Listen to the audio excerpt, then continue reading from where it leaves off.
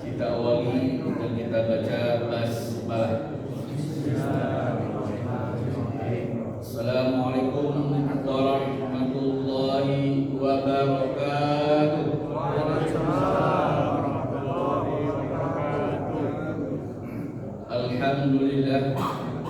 Alhamdulillah hamdan katsiran thayyiban mubarakan fi mubarakan alaihi kama yuhibbu rabbuna wa yarda. Nusalli wa nusallim ala habibina wa imamina wa qudwatina wa syafi'ina wa murabbina Muhammadin sallallahu alaihi wasallam wa ala alihi wa azwajihi al-tahirin wa ashabihi ajma'in wa tabi'in wa man tabi'ahum wa iqtafa atharuhum bi ihsanin ila yaumiddin. Qala Allah ta'ala fil Qur'anil Karim ba'da an a'udzu billahi minasy syaithanir rajim. Ya ayyuhalladzina amanu taqullaha haqqa tuqatih wa la tamutunna illa wa antum muslimun. Wa qala nabiyyuna Muhammad sallallahu alaihi wasallam la taghdab wa lakal jannah. Rabbana zidna ilman warzuqna fahman. Allahumma innana nas'aluka ilman nafi'an wa rizqan thayyiban wa amalan mutaqabbalan. Allahumma anfa'na bima 'allamtana wa 'allimna ma yanfa'una wa zidna ilman ya 'alim. Subhanaka la ilma lana illa ma 'allamtana innaka antal alimul hakim. Kaifa halukum? Alhamdulillah. Barakallahu fikum jami'an. Alhamdulillah di bulan Zulqa'dah atau bulan haji kita semua dimudahkan oleh Allah bisa kembali bermajlis, yakni majlis yang bergengsi di sisi Allah, majlis ilmu, yang mana malam ini kita akan melanjutkan kajian tafsir surat Al-Baqarah ayat 126. Sebelum kita masuk kepada ayat tersebut, kita lihat sebuah wejangan dari seorang sahabat yang bernama Abdullah ibn Umar radhiyallahu anhuma. Sahabat yang bernama Abdullah bin Umar ini anaknya Umar bin Khattab. Nah, seorang sahabat yang kesehariannya itu beliau mencoba mengikuti Nabi Muhammad SAW. Setelah Nabi wafat, Nabi pernah pergi kemana, berdiri ke arah mana, beliau juga ikut. Nah, ini saking cintanya beliau kepada Nabi Muhammad SAW. Apa kata beliau? ahaqqa ma tahharul 'abdu lisanuhu. Nah, sesuatu yang lebih berhak dibersihkan oleh seorang hamba adalah lisannya. Menjaga lisan, menjaga lidah. Jangan sampai lisan kita itu, lidah kita itu tajamnya lebih tajam daripada silet terhadap kesalahan orang lain. Jangan sampai lisan kita suka menfitnah atau mencaci maki sesama muslim. Nah, ini yang harus kita jaga, kita bersihkan senantiasa, yakni menjaga lisan kita. Nah, bagaimana lisan kita senantiasa terjaga dari hal-hal yang berbau maksiat atau mencela. Alhamdulillah, kita lanjut surah Al-Baqarah ayat 126. A'udzubillahi minasyaitonir rajim. Bismillahirrahmanirrahim. Wa idh qala Ibrahim rabbi ij'al hadza baladan amina warzuq ahlahu minats thamarati man amana minhum billahi wal yawmil akhir. Qala wa man kafara fa umatti'uhu qalilan summa aqarruhu ila 'adzabin nar wa bisal masir. Yang artinya, dan ingatlah ketika Nabi Ibrahim berdoa, ya Rabbku, jadikanlah negeri ini negeri yang aman sentosa, dan berikanlah rezeki dari buah-buahan kepada penduduknya yang beriman di antara mereka kepada Allah dan hari kemudian. Dan kepada orang kafir pun aku beri kesenangan sementara, kemudian aku paksa ia menjalani siksa neraka, dan itulah seburuk-buruk tempat kembali. Quran surah Al-Baqarah ayat 126. Nah, ayat ini adalah doa daripada Nabiullah Ibrahim untuk kota Makkah. Nah, jadi Nabi Ibrahim berdoa kepada Allah agar Allah menjadikan kota Makkah tersebut sebagai negeri yang aman. Sebagaimana dalam surah disebutkan, tempat yang paling aman kala itu di muka bumi adalah Makkah, ya. Maka Allah pun mengabulkan doa Nabi Ibrahim. Maka jadilah kota Makkah itu negeri yang aman sampai hari ini. Nah, ini dijamin keamanannya oleh Allah Azza wa Jalla. Nah, Syekh Wahbah Az-Zuhaili dalam tafsirnya, beliau mengatakan para ulama berbeda pendapat tentang penafsiran kata al-amnu, nah, tempat yang aman. Setidaknya ada 4 pendapat dalam hal ini. Yang pertama, maknanya adalah keamanan dari azab Allah Azza wa Jalla, dalam arti bahwa orang yang memasuki, yang mendatangi Ka'bah sambil mengagungkannya dan mengharap pahala akan selamat dari azab. Siapa saja yang datang ke Ka'bah, nah kemudian memasukinya, maka akan, ya, terhindar dari namanya azab. Nah, kemudian yang kedua, maknanya siapa saja yang memasukinya, maka ia akan aman dari pembalasan dendam orang lain. Siapa saja yang mencari perlindungan di Ka'bah dan sekitarnya, maka dia akan aman dari kejaran orang lain. Kemudian yang ketiga, kata al-aman artinya keamanan dari dijatuhkannya hukuman hudud atasnya. Jadi tidak boleh memberikan hukuman hudud, nah, hukuman pancung, nah, di Ka'bah dan sekitarnya. Namun nanti dalam mazhab Imam Malik, nah ini dibolehkan, nah, di luar Ka'bah, ya. Nah, ini dalam mazhab Imam Syafi'i juga nanti beda-beda penjelasannya dari kajian fikihnya. Nah, ini terkait dengan hudud, orang yang melakukan perzinaan atau membunuh, maka dia tidak dikisos di dalam Ka'bah. Nah, yang keempat, al-amnu, aman, ya, artinya keamanan dari peperangan. Maka tempat di Makkah itu di tempat yang terhindar dari perang. Sekitarnya terjadi peperangan, maka di Ka'bah dan sekitarnya tempat yang paling aman di muka bumi. Ini menurut Syekh Wahbah Az-Zuhaili dalam tafsirnya. Nah, kemudian karena Nabi Ibrahim alaihissalam berdoa kepada Allah agar Allah menjadikan kota Makkah sebagai kota yang paling aman, maka Nabi Muhammad pun berdoa kepada Allah agar menjadikan kota Madinah sebagai tempat yang aman. Nah, maka Allah pun mengabulkan doa Nabi sehingga negeri atau kota Madinah itu negeri yang aman pula. Jadi Makkah itu aman, itu adalah doa Nabi Ibrahim. Sementara Madinah dari kota yang aman pula adalah doa Nabi Muhammad SAW.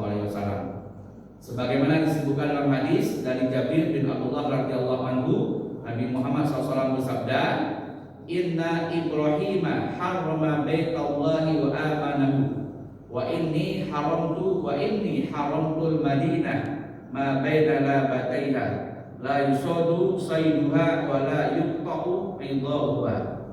Nah, sungguh Nabi Ibrahim telah mengharamkan Baitullah dan menjamin keamanannya. Nah, dan sungguh aku telah mengharamkan Madinah di antara dua wilayahnya, maka tidak boleh diburu hewan buruannya dan tidak boleh dipotong pepohonannya. Nah, ini doa Nabi Muhammad agar Allah menjadikan kota Madinah itu kota yang paling aman. Nah, kemudian dari Abu Hurairah radhiyallahu anhu, orang-orang jika melihat pohon pertama kali berbuah, nah, di kota Madinah, maka orang tersebut akan membawa buahnya kepada Nabi Muhammad SAW. Jika beliau menerima buah tersebut, maka beliau berdoa dengan doa, Allahumma barik lana fi samarina wa barik lana fi madinatina wa barik lana fi sa'ina wa barik lana fi muddatina fi muddina. Allahumma inna Ibrahim abduka wa khaliluka wa nabiyyuka wa inni abduka wa nabiyyuka wa innahu da'aka li Makkah wa inni ad'uka lil Madinati bi misli ma da'aka li Makkah wa mislihi ma'ahu.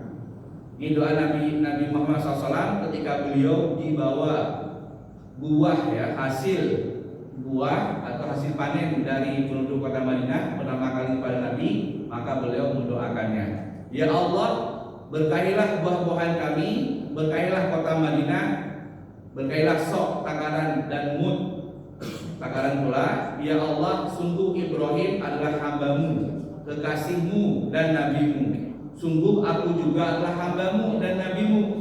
Ibrahim telah berdoa kepadamu untuk kota Makkah dan aku berdoa kepadamu untuk kota Madinah, seperti halnya doa Ibrahim untuk kota Makkah dan yang seperti itu. Nah, Nabi Muhammad mendoakan, ya, keberkahan hasil panen yang ada di kota Madinah. Nah, ini pelajaran bagi kita.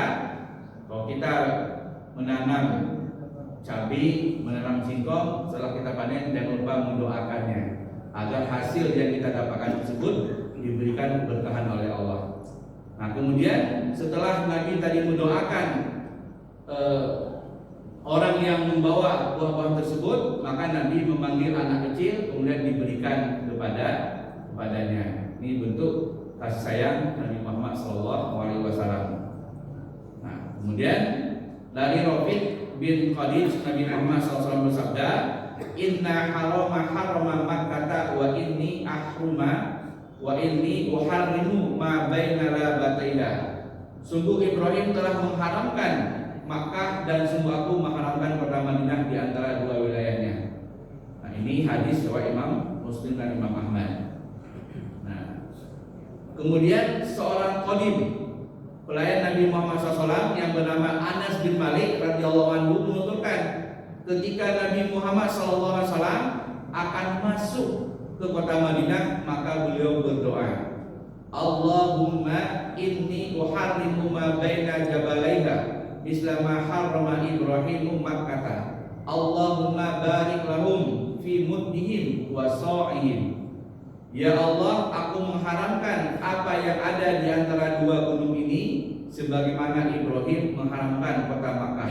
Ya Allah, berkahilah orang-orang Madinah dalam takaran mud dan sok mereka. Ini doa Nabi Muhammad SAW ketika memasuki kota Madinah. Kemudian Abdullah bin Zaid bin Asim radhiyallahu anhu menuturkan bahwa Nabi Muhammad SAW bersabda, Inna Ibrahim harrama Makkah wa da'aha laha wa inni haramtul Madinata kama harrama Ibrahim Makkah wa da'awtu laha fi muddiha wa sa'iha mislu ma da'a Ibrahim li Makkah. Yang artinya sungguh Ibrahim telah mengharamkan Makkah dan mendoakan kebaikan untuknya. Nabi Ibrahim mendoakan kebaikan untuk kota Makkah. Dan sungguh aku telah mengharamkan Madinah sebagaimana Ibrahim telah mengharamkan Makkah. Serta aku berdoa untuk kebaikan Madinah dalam mudnya dan soknya seperti doa Ibrahim untuk kebaikan Makkah. Nah, ini doa Nabi Muhammad SAW untuk kota Madinah, sehingga kota Madinah itu jadi kota yang indah kota yang subur, buah-buahannya. Nah, kemudian Madinah jadi pusat peradaban Islam pada masa Nabi. Nah, terkait dengan keamanan, keharuman kota Makkah dan Madinah ini hadis-hadisnya banyak sekali Nah, cuma yang disebutkan di sini adalah hadis yang berkaitan dengan pengharuman kota Makkah oleh Nabi Ibrahim. Ini menyesuaikan bahasan ayat ini Nah, ini hanya sebagian hadis yang Anda tuliskan. Kemudian Syekh Abdul Fattah Al-Khalidi dalam tafsirnya mengatakan, para ulama berbeda pendapat perihal waktu pengharaman kota Makkah. Kapan kota Makkah itu diharamkan, disucikan? Maka kata beliau, para ulama berbeda pendapat perihal waktu pengharaman kota Makkah. Yang pertama, sebagian ulama mengatakan bahwa Makkah itu diharamkan pada zaman Nabi Ibrahim ketika proses pembangunan Ka'bah pertama kali. Kemudian yang kedua, sebagian ulama berpendapat bahwa Allah telah mengharamkan kota Makkah sejak penciptaan langit dan bumi. Nah, jadi kota Makkah itu telah haram atau suci berdasarkan takdir Allah semenjak diciptakannya. Ini pendapat yang kedua. Nah, maka Abdullah bin Abbas radhiyallahu anhu menuturkan bahwa Nabi Muhammad bersabda tatkala peristiwa penaklukan kota Makkah atau Fathu Makkah. Kata Nabi, Inna hadzal balada haramahu Allah yawma khalaqas samawati wal ard fa huwa haramun bi hurmatillahi ila yaumil qiyamah wa innahu lam yahillu qitalu fihi bi ahadin qabli wa lam yahillu li illa sa'atan min naharin fa huwa haramun bi hurmatillahi ila yaumil qiyamah la yuqdadu syauquhu wa la yunfaru sayduhu wa la yaltaqidu luqtatahu illa man arafaha wa la yukhtala qalaha. Faqala al-Abbas ya Rasulullah illa idkir fa innahu lidinihim wa libuyutihim.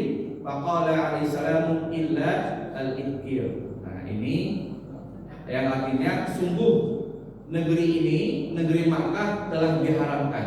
Diharamkan maksudnya disucikan bukan haram dalam bahasa kita, haram Diharamkan maksudnya disucikan Allah sejak hari Allah menciptakan langit dan bumi. Dan sungguh negeri Mekah itu tidak dihalalkan berperang di dalamnya oleh seorang pun sebelumku. Tidak dihalalkan engkau kecuali sesaat di siang hari. Maka negeri ini tetap suci sejak disucikan Allah hingga hari kiamat. Tidak boleh ditebang untuk pohonnya, tidak boleh diburu hewannya, tidak boleh diambil barang temuannya kecuali bagi orang-orang yang hendak mengumumkannya, dan tidak boleh dicabut peruntukannya. Nah, ini hadis Nabi Muhammad SAW. Nah, kemudian paman Nabi yang bernama Abbas, beliau berkata, wahai Rasulullah, kecuali al-iskir. Nah, iskir ini karena pohon tersebut digunakan pandai besi dan atap rumah-rumah mereka. Di pohon iskir ini digunakan oleh para pembuat pedang, pembuat tombak. Nah, ini sebagai bahan bakar ya. Nah, kemudian sebagai atap dari rumah mereka. Kemudian Nabi bersabda, terkecuali izkir. Pohon izkir ini yang boleh ya diambil, ditebang. Nah, ini hadis riwayat Imam Bukhari dan Imam Muslim. Nah, Nabi Muhammad SAW menyatakan bahwa Allah telah mengharamkan kota Makkah sejak Allah menciptakan langit dan bumi. Jadi negeri Mekah itu akan tetap suci, tetap dijaga ya kesuciannya oleh Allah hingga hari kiamat. Nah, jadi kalau kita ingin pindahlah ke Makkah atau Madinah. Jadi bisa yang punya harta lebih beli properti di sana ya. Nah, jadi warga Saudi Arabia. Pak Budi siap ya? Oh, siap. Kita semua yang ada di masjid ini jadi warga Madinah ya. Ini negeri yang dijamin oleh Allah keamanannya. Nah, dan Allah tidak menghalalkannya kecuali hanya sesaat di siang hari kepada sholat pada hari pembebasan Makkah.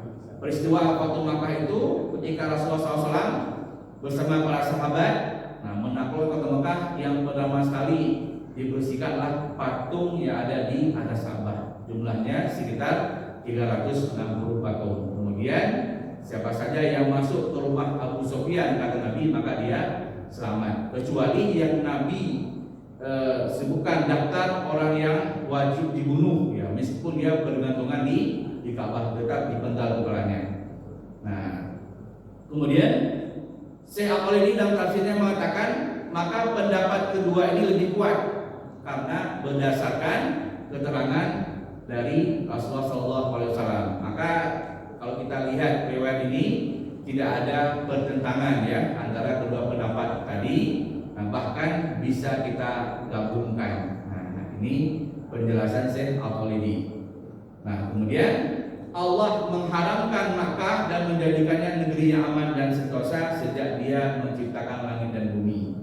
Sebelum dibangunkannya Baitullah Haram, Makkah adalah negeri yang suci sebelum kedatangan Nabi Ibrahim ke sana. Jadi sebelum Nabi Ibrahim datang ke Makkah, sebelum beliau membangun Ka'bah, maka Makkah ini negeri yang suci.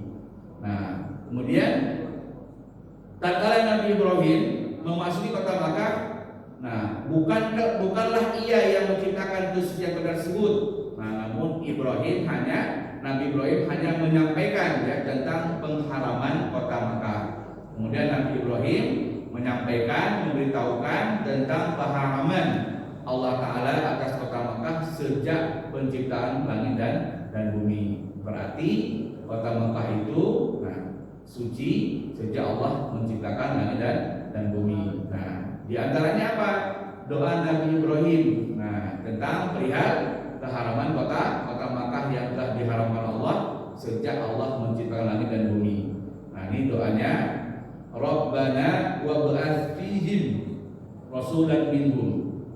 Nah, Nabi Ibrahim berdoa kepada Allah agar mengutus seorang rasul. Nah, Rabbana wa ba'ats fihim rasulan minhum. Ya Rabbu, ya Rabb, utuslah untuk mereka seorang rasul dari kalangan mereka.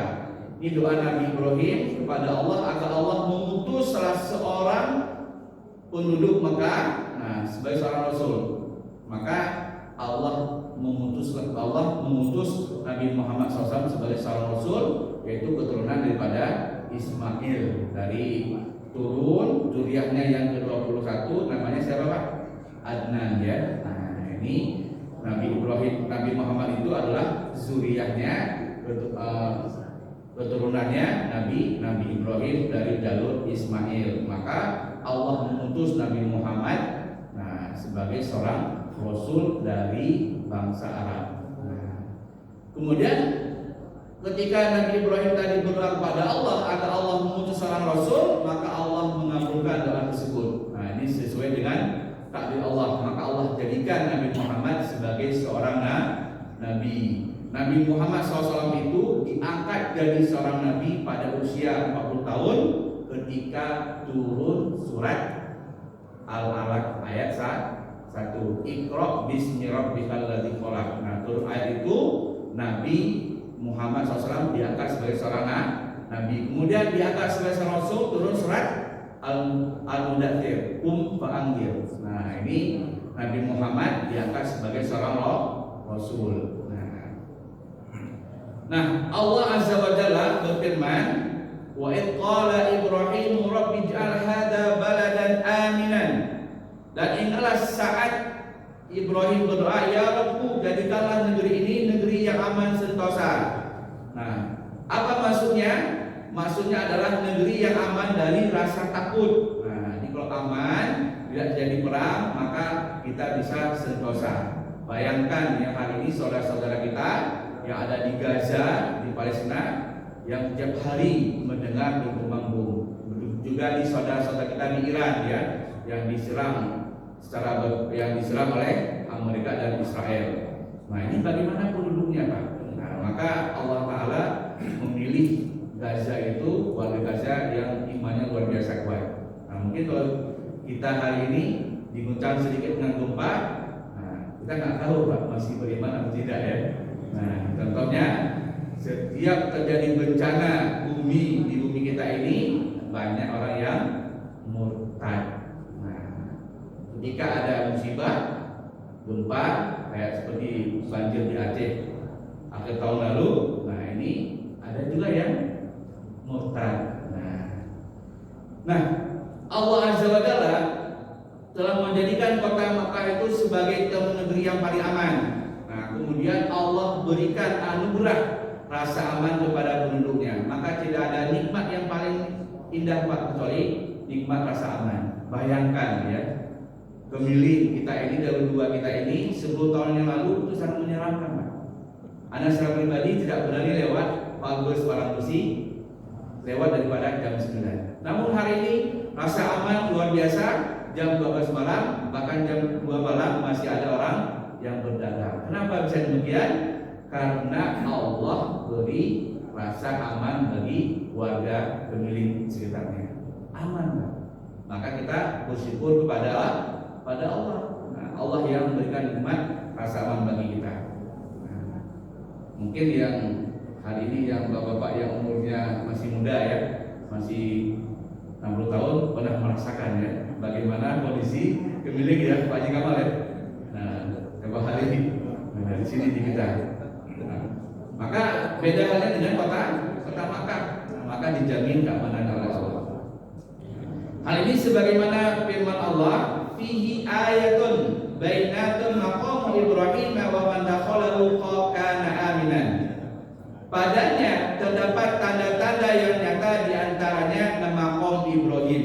Nah, siapa saja yang memasukinya, yang datang ke Baitullah menjadi amanah dia. Nah, jadi kalau orang yang datang ke Mekah, datang ke Ka'bah ya, maka dia akan merasakan rasa aman, nikmat yang luar biasa. Yakin di hati kita, sholat di depan Ka'bah, maka kita nggak ingin kembali lagi ke Indonesia ya.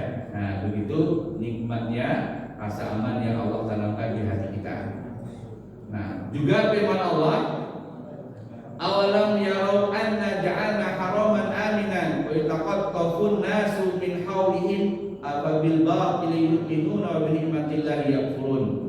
Dan apakah mereka tidak memperhatikan bahwa sesungguhnya kami telah menjadikan negeri mereka, negeri Makkah, tanah yang suci aman, sedang manusia sekitarnya merampok. Nah, maka mengapa sesudah nyata kebenaran mereka masih percaya pada yang batil dan ingkar pada nikmat Allah. Maka sekitar kota Mekah itu terjadi banyak begal ya, perampokan. Nah, maka nanti ada satu sahabat yang bernama Zaid bin Harisah. Awalnya belum orang merdeka Pak, lagi jalan sama ibunya di pasar, dibegal, diculik ya, kemudian dijual jadikan budak, kemudian dibeli oleh Bunda Khadijah, kemudian diberikan kepada Nabi Muhammad SAW. Nah, kata baladan dalam surah Al-Baqarah ini ayat 126 disebutkan dalam bentuk nafiroh. Nafiroh itu dalam bahasa Arab kata benda yang tak tentu ya, belum jelas. Nah, sedangkan kata al-balada dalam surah Ibrahim disebutkan dalam bentuk makrifat, kata benda yang tentu, yaitu firman-Nya wa qala Ibrahim rabbi ij'al hadzal balada. Nah, ada alif lam ya. Ini alif al-balada. Aminan wajibni bani ya an na'budal asnam. Dan ingatlah saat Ibrahim berkata, ya Rabbku, jadikanlah negeri ini Makkah, negeri yang aman, dan jauhkanlah aku beserta anak cucuku dari menyembah berhala-berhala. Nah, jadi dalam bahasa Arab ketika nanti para jamaah belajar, baitun itu artinya rumah, tapi rumahnya belum jelas. Disebut al-baitu. Nah, rumah itu sudah jelas rumahnya. Maka disebut al-balada, jelas negerinya. Kalau baladan masih umum, mana negerinya yang disebutkan. Nah, kenapa demikian? Karena mengandung hikmah, yaitu Nabi Ibrahim telah berdoa tentang hal tersebut sebanyak 2 kali. Pertama, berdoa agar Makkah menjadi negeri yang aman sebelum proses pembangunan Ka'bah. Nah, ini ditunjukkan dalam ayat surah Al-Baqarah, penyebutan lafaznya dalam bentuk nakirah. Ij'al hadza baladan aminan. Nah, ini kata baladan ya, tidak ada alif lam. Ini maknanya nakirah masih umum. Maknanya apa? Ya Rabbku, jadikanlah kawasan ini negeri yang aman, kawasan yang di mana Bunda Hajar beserta putranya Ismail ditempatkan oleh Nabi Ibrahim.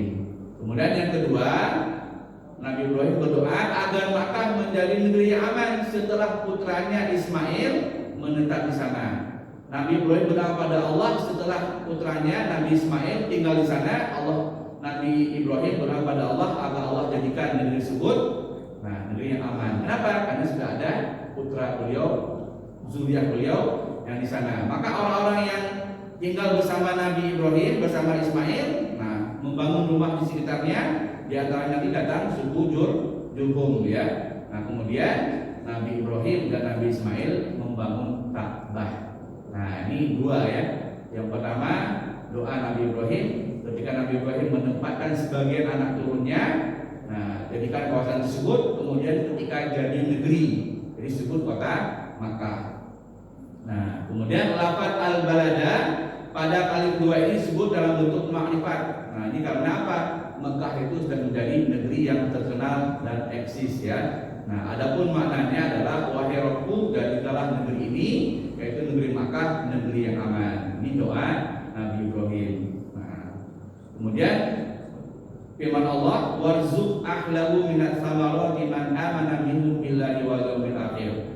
Dan berikanlah rezeki dari buah-buahan kepada penduduknya yang beriman di antara mereka kepada Allah dan beriman pada hari kemudian. Maksudnya apa? Ini adalah kelanjutan doa Nabi Ibrahim. Nah, Nabi Ibrahim memohon pada Allah agar Allah memberikan rezeki berupa buah-buahan kepada penduduk ya, orang-orang yang tinggal di sekitar Makkah. Nah, maka Nabi Ibrahim mengkhususkan dalam doa tersebut agar Allah memberikan buah-buahan, memberikan rezeki tadi untuk orang yang beriman.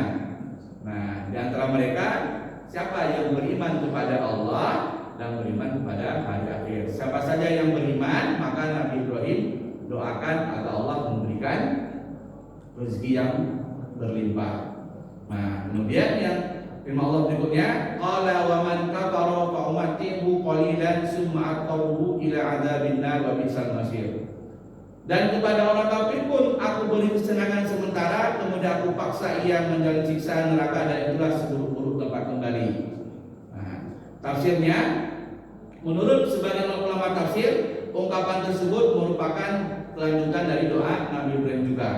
Dan kenapa Nabi Ibrahim memohon pada Allah memberikan kesenangan sementara kepada orang-orang kafir, kemudian mengirimnya ke dalam api neraka kelak di hari kiamat. Orang kafir Allah berikan harta yang melimpah juga, namun nanti Allah kirim mereka ke dalam api neraka. Karena apa? Neraka itu seburuk-buruk tempat kembali.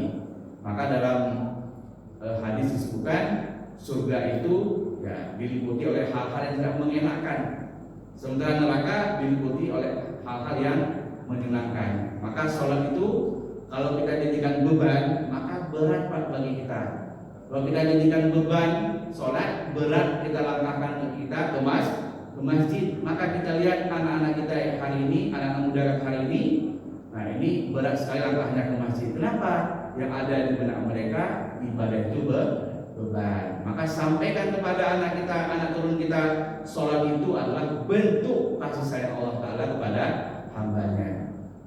Ketika anak kita perempuan berhijab, sampaikan pada mereka berhijab itu bukan karena cantik Pak, tapi karena kasih sayang Allah. Allah berikan kasih sayang pada hambanya, maka Allah suruh berhijab. Kalau itu dilaksanakan dengan penuh cinta, maka tidak ada namanya rasa beban. Tidak ada beban Pak. Nikmat semua yang Allah berikan bagi kita, tergantung cara kita menyikapinya sesuai dengan ilmu kita masing-masing. Nah, maka Syekh Al-Qalaini tadi dalam tafsirnya menyebutkan jumhur ulama berpendapat bahwa itu adalah firman Allah sebagaimana jawaban atas doa Nabi Ibrahim sebelumnya.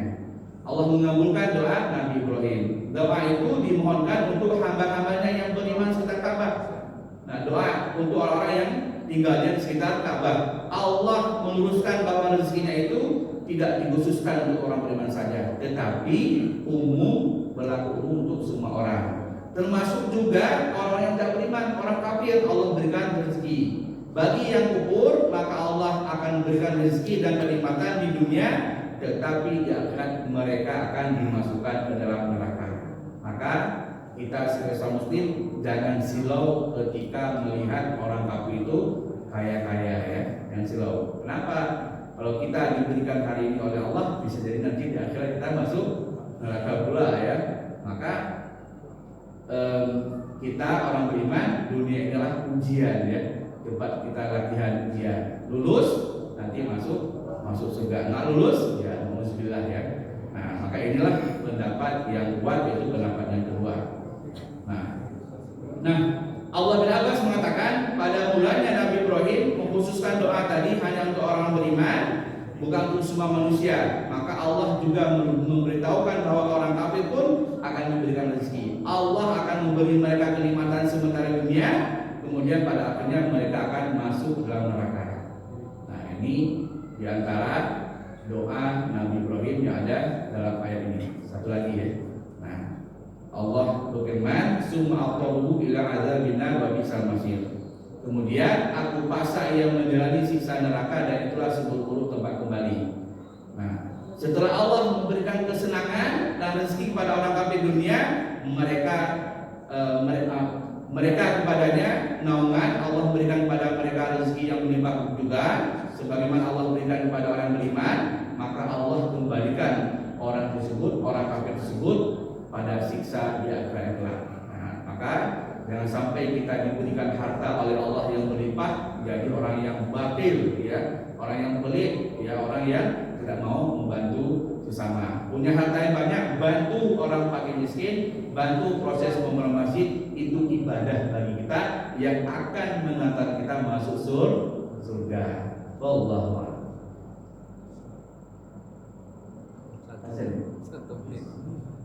Satu menit ya.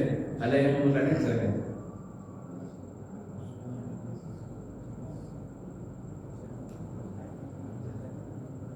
Ada yang bertanya? Nggak ada? Cukup ya. Alhamdulillah, mudah-mudahan Allah Ta'ala berikan kita ilmu yang bermanfaat, bisa kita amalkan ya, dan berikan kasih hari. Allah menjadikan kita orang yang mencintai kebaikan dan beramal karena Allah. Kita tutup dan kita baca hamdalah dalam doa kifaratul majlis. Billahi taufiq wal hidayah. Aku lakum assalamualaikum warahmatullahi wabarakatuh.